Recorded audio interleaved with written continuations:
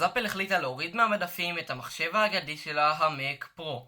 רוצים לדעת למה הם עשו את זה? בואו נבין ביחד. אז אפל החליטה לפני כמה שנים לעבור מהמעבדים שהם היו משתמשים בהם למעבדים שלהם, אפל סיליקון. והם רוצים להתחיל לייצר לעצמם את המעבדים כמו מעבדי ה-M אולטרה שאנחנו מכירים היום. עד היום יצאו ממעבדי M1 עד M5 מקס. היתרון של מחשב המק פרו, הייתם יכולים לשדרג מחשב מ-64 ג'יגה רם לדוגמה, להפוך אותו למחשב עם 256 ג'יגה רם. מה שאומר יתרון מנצח שאתם יכולים לקנות את המחשב בזול ואחר כך לשדרג אותו במידת יכולת התקציב שלכם. היום הכל מולחם מראש ללוח M. אין לכם תמיכה בכרטיסי מסך חיצוניים ולא ניתן לשדרג רכיבים במחשב. אז מי המחליף שלו אתם שואלים? המק סטודיו. המחשב שאמור להיות הרבה יותר חזק מהמק פרו, הרבה יותר קל לניוד ויותר זול. רוצים לדעת יותר על בינה מלאכותית וטכנולוגיה? תעקבו פה ואנחנו נתראה בסרטון הבא.